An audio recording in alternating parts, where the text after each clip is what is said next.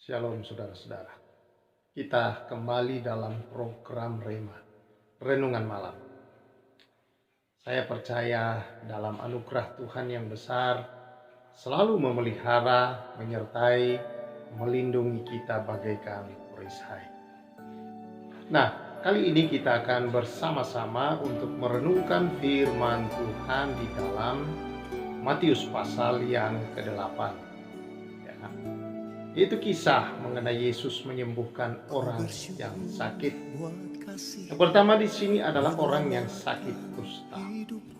Dikatakan setelah Yesus turun dari bukit, dia habis berkhotbah yang kita sudah bahas dalam pasal 5 sampai dengan pasal yang ke-7, khotbah yang terpanjang yang mungkin ada saudara-saudara. Dan dia turun dari bukit, banyak orang berbondong-bondong mengikuti dia.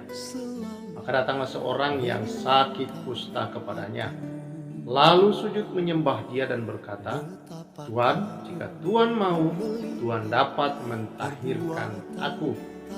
Lalu Yesus mengulurkan tangannya menjamah orang itu dan berkata, "Aku mau, jadilah engkau tahir."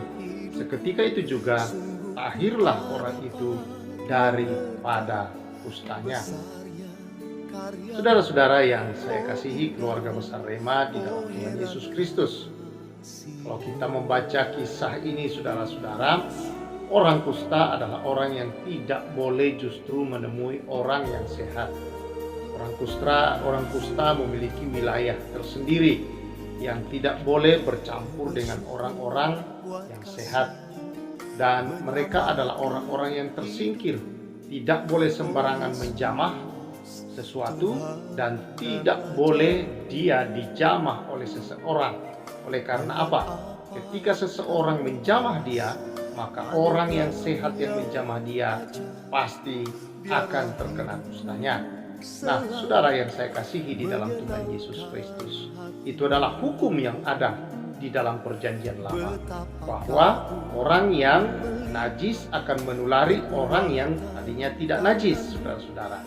Nah, tetapi di dalam kisah ini saudara kita melihat bagaimana ketika dia datang kepada Yesus. Dia berkata, "Jika engkau mau, engkau mampu untuk mentahirkan aku." Apa jawab Yesus, saudara-saudara?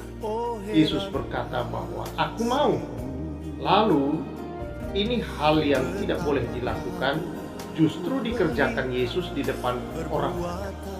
Dia mengulurkan tangannya, lalu dia menjamah orang kusta itu, lalu orang kusta itu menjadi tahir, saudara-saudara. Nah, apa yang bisa kita pelajari dari setiap bacaan kita ini, saudara-saudara yang dikasihi di dalam Tuhan Yesus Kristus? Hukum di dalam perjanjian lama, saudara-saudara, adalah hukum Taurat yang diberikan oleh Musa, yang oleh orang-orang Yahudi disebutnya sebagai hukum Musa. Nah, saudara yang saya kasihi, menurut hukum Musa bahwa adalah najis atau tidak boleh untuk menjamah apa yang najis. Karena ketika kita menjamah yang najis, maka saudara-saudara, kenajisannya akan berpindah ke dalam kehidupan kita. Itulah hukum yang ada di dalam hukum perjanjian lama atau hukum Taurat.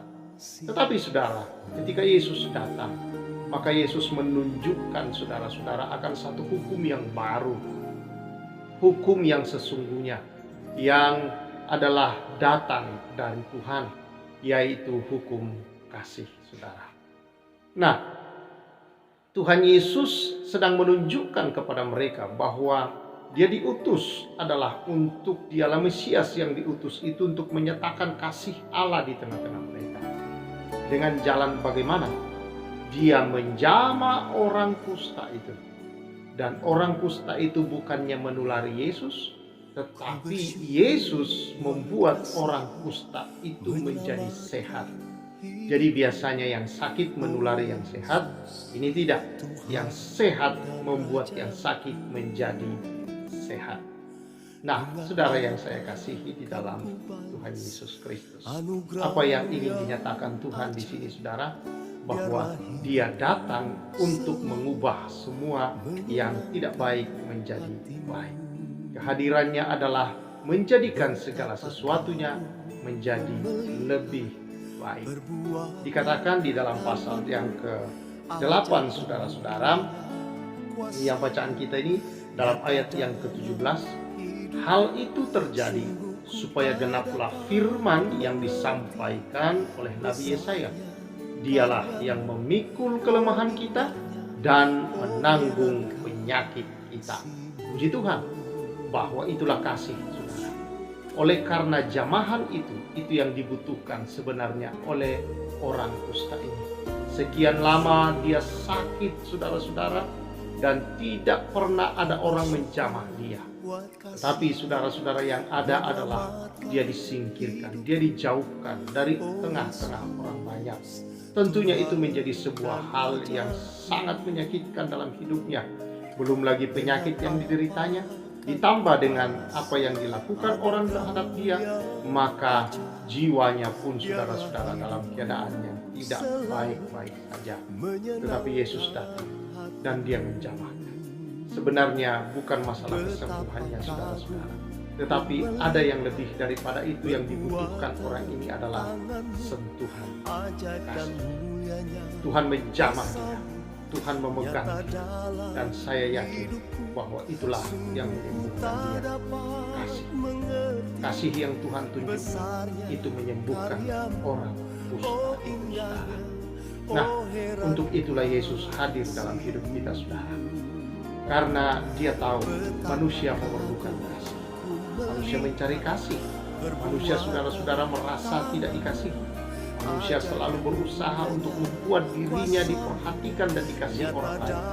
Tetapi itu adalah hal yang mustahil, saudara, untuk kita dapatkan di dunia ini.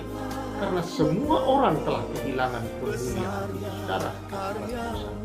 Kehadiran Yesus, saudara-saudara, itulah sumber kasih. Dia menyentuh setiap hidup orang.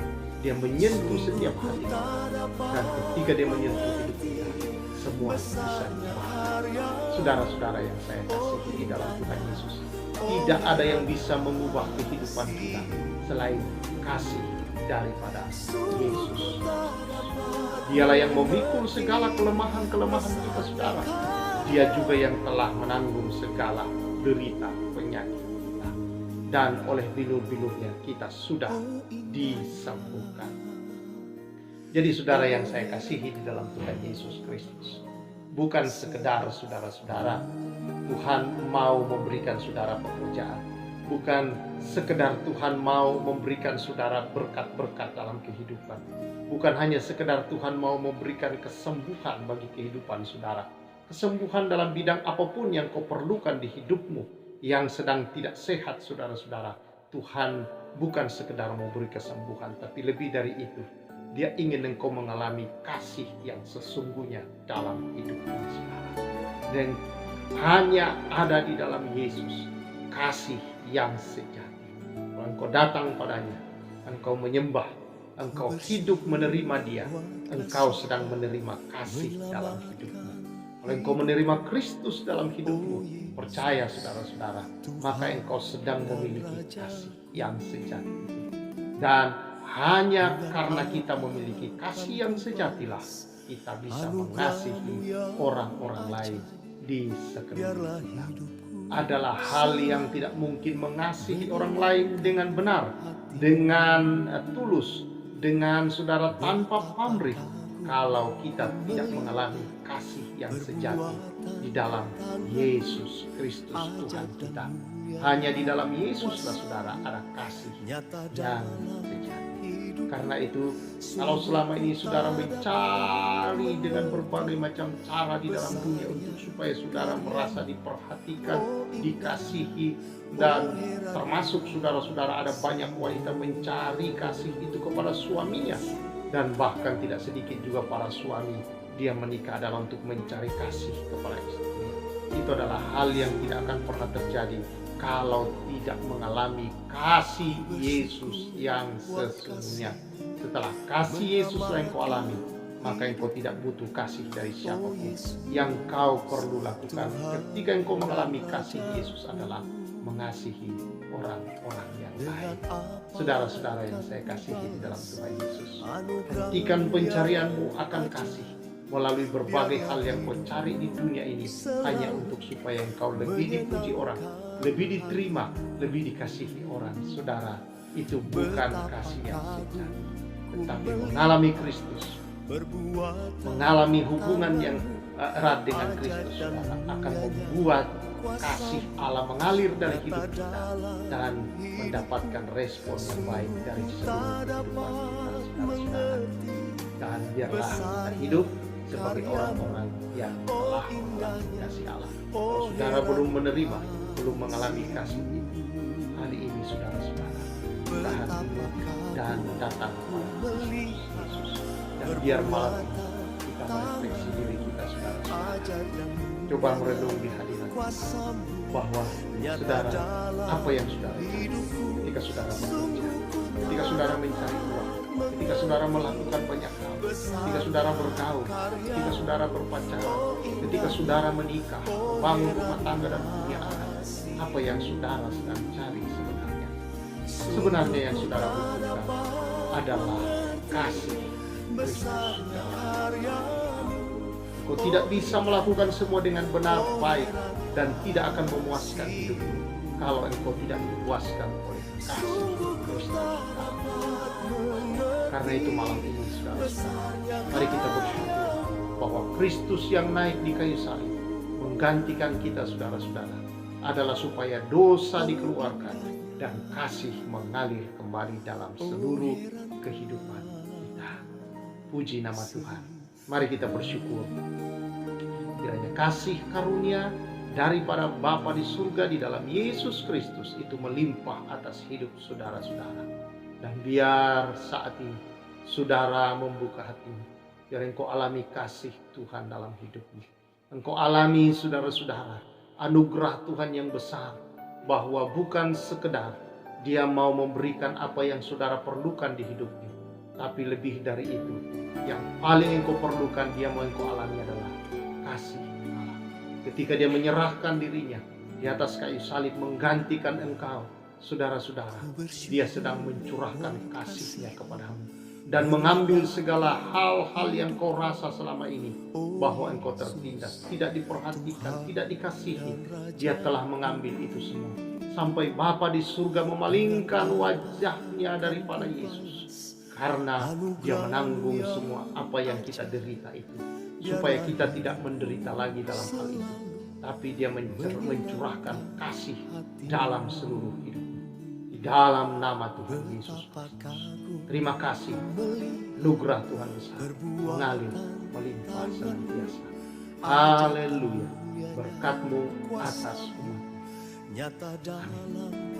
Saudara-saudara yang saya kasih di dalam Tuhan Yesus Kristus, ayo sebagai orang-orang yang telah menerima kasih Allah, mari kita senantiasa hidup di dalam kasih Tuhan. Bangun hubungan terus dengan Tuhan dalam doa, baca firman Allah dan hidup dalam kebenaran. Dan percayalah, kasih Allah melimpah dalam hidup saudara.